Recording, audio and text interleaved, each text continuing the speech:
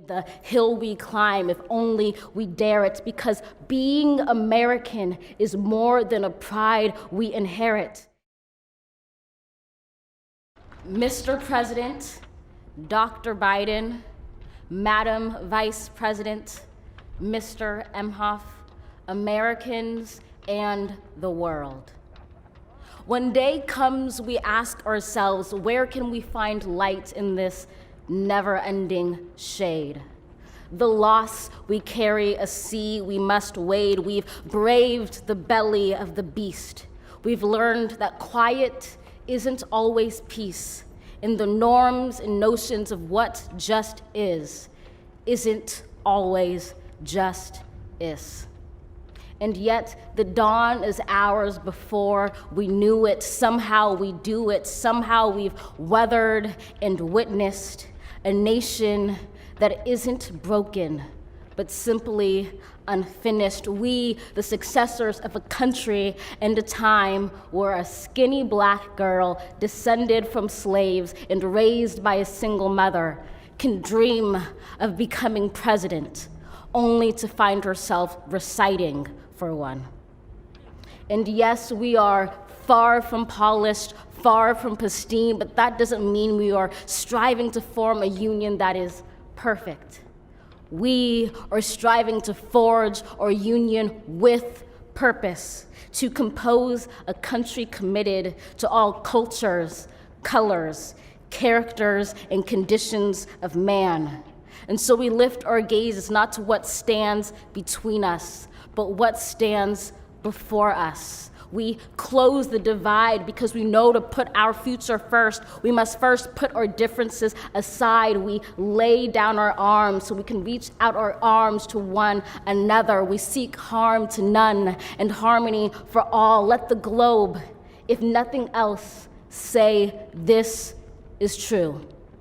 That even as we grieved, we grew, that even as we hurt, we hoped, that even as we tired, we tried, that we'll forever be tied together, victorious, not because we will never again know defeat, but because we will never again sow division. Scripture tells us to envision that everyone shall sit under their own vine and fig tree, and no one shall make them afraid. If we're to live up to our own time, then victory won't lie in the blade, but in all the bridges we've made. That is the promised glade, the hill we climb, if only we dare it, because being American is more than a pride we inherit. It's the past we step into and how we repair it. We've seen a force that would shatter our nation rather than share it, would destroy our country if it meant delaying democracy. And this effort very nearly succeeded. But while democracy can be periodically delayed, it can never be permanently defeated. In this truth, in this faith we trust, for while we have our eyes on the future, history has its eyes on us. This is the era of just redemption. We feared it at its inception. We did not feel prepared to be the heirs of such a terrifying hour, but within it we found the power to author a new chapter, to offer hope and laughter to ourselves. So, while once we asked, how could we possibly prevail over catastrophe? Now we assert, how could catastrophe possibly prevail over us?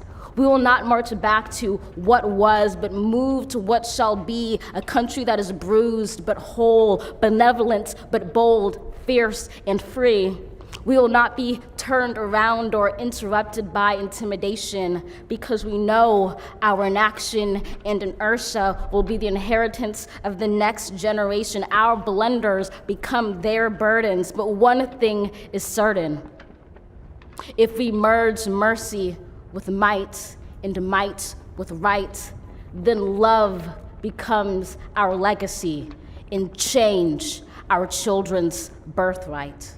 So let us leave behind a country better than the one we were left. With every breath from my bronze-pounded chest, we will raise this wounded world into a wondrous one. We will rise from the gold-limbed hills of the West. We will rise from the wind-swept Northeast, where our forefathers first realized revolution. We will rise from the lake-rimmed cities of the Midwestern states. We will rise from the sun-baked South. We will rebuild, reconcile, and recover in every known nook of our nation, in every corner called our country. Our people, diverse and beautiful, will emerge battered and beautiful. When day comes, we step out of the shade, aflame and unafraid. The new dawn blooms as we free it. For there is always light, if only we're brave enough to see it, if only we're brave enough to be it.